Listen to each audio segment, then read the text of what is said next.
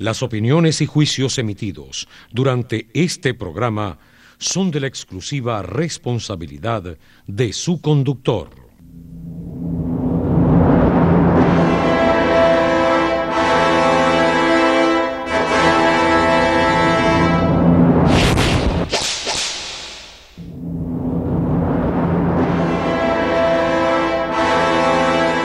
El hombre es un ser natural como todo y puede ser estudiado física y materialmente, pero física y materialmente no es todo el hombre, es una parte de nuestra humanidad, nuestra corporalidad. Por naturaleza, el hombre tiene una dignidad esencial fundada en su mente y en su libertad, en su capacidad de juicio radica su autonomía, en su capacidad de libertad, su dignidad, su honor, su honra, su valor y su jerarquía espiritual y moral, está bien, como hombre. No hay moralidad. La moralidad en el fondo son intereses de clase, falsos por consiguiente, que lo que al estar interesados no tienen valor universal. Son parcialidades erigidas en valores absolutos nada más porque una clase social tiene poder o influencia o lo que sea.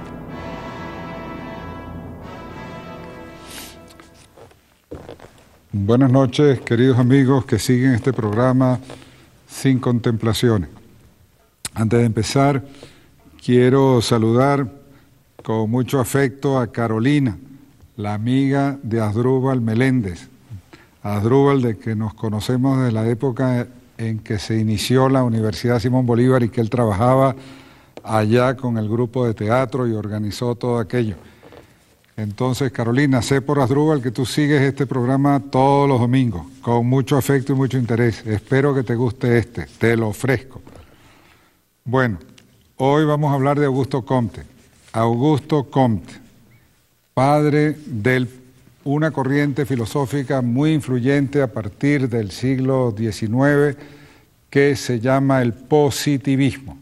Positivismo y que ha sido y sigue siendo pues de enorme repercusión e importancia e influencia en el mundo occidental.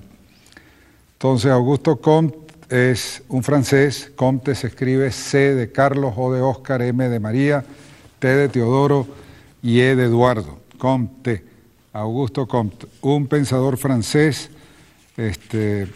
siglo XVIII, muy importante. Entonces, algunos de ustedes quizás hayan visitado la Sorbona en París, la Universidad de París, la Universidad de la Sorbona, y hayan estado en el patio central de la universidad, donde hay un busto de Augusto Comte. Esto es representativo. La cultura positivista o la visión positivista del hombre, de la realidad, del saber, del conocimiento, prácticamente dominaron el siglo XIX y buena parte del siglo XX, por lo menos hasta, yo diría, hasta la Primera Guerra Mundial, hasta la Segunda Guerra Mundial, pasada la Primera Guerra Mundial.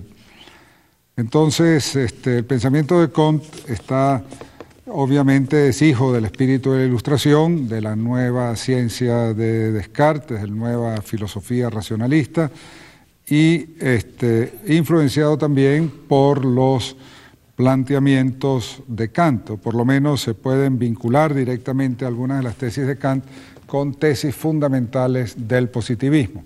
Como ustedes se recuerden, nosotros hablamos el semestre, iba a decir, el programa pasado de la filosofía de Kant. Y Kant escribió mucho, escribió sobre todo 3 grandes libros muy famosos, muy importantes, muy influyentes.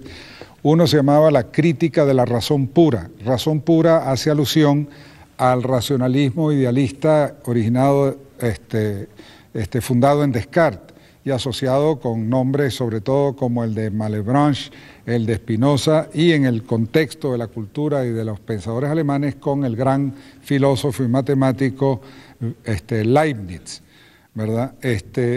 Entonces, la historia en esencia de la crítica de la razón pura, Kant la relata. Él dice que él se había formado en el espíritu del racionalismo idealista de estirpe leibniziana, y de que un día leyendo a Hume, el empirista inglés David Hume, está bien, él quedó fulminado, porque el escepticismo de Hume y las posiciones de Hume negaban pues la posibilidad de todo conocimiento y de toda ciencia, porque la sensación era el único referente que el hombre tenía para establecer relaciones, identificar la realidad, y de que la pura sensación no alcanzaba lo universal y por consiguiente la ciencia y el conocimiento científico, digamos, fundado en normas universales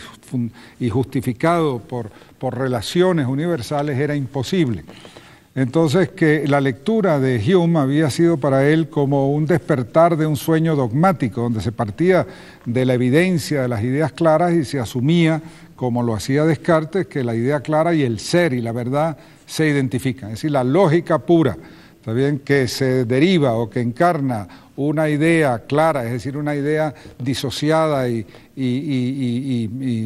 limpiada, por decirlo así, vaciada de toda referencia empírica sensible, era el patrón y el paradigma de lo real.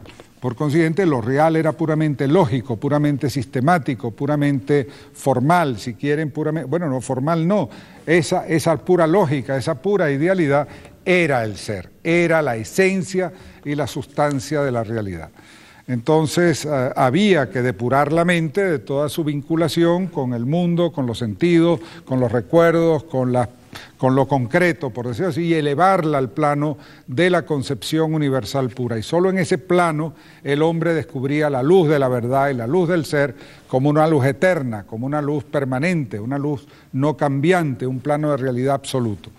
Entonces que Kant se había formado bajo el influjo de ese pensamiento, y que cuando descubre los escritos de Hume, eso creó una crisis total en él. Entonces, esa crisis indujo pues a todo un tiempo de reflexión y de revisión de lo que habían sido las convicciones de Kant, y la crítica a la razón pura es el resultado de esa ciencia. Kant lo que buscaba reivindicar era la posibilidad misma de la ciencia. No es posible que el hombre esté limitado nada más a la constatación de hecho, ¿está bien?, sin ninguna posibilidad de predecir, sin ninguna posibilidad de conocer, en un sentido esencial, el fundamento, el porqué de esos hechos tal y como acontecían, como si no hubiera sino nada más átomos y el vacío, como decía Demócrito, y identificaba la realidad así, el gran pensador antiguo, griego. En todo caso, el referente y lo que le hace posible a Kant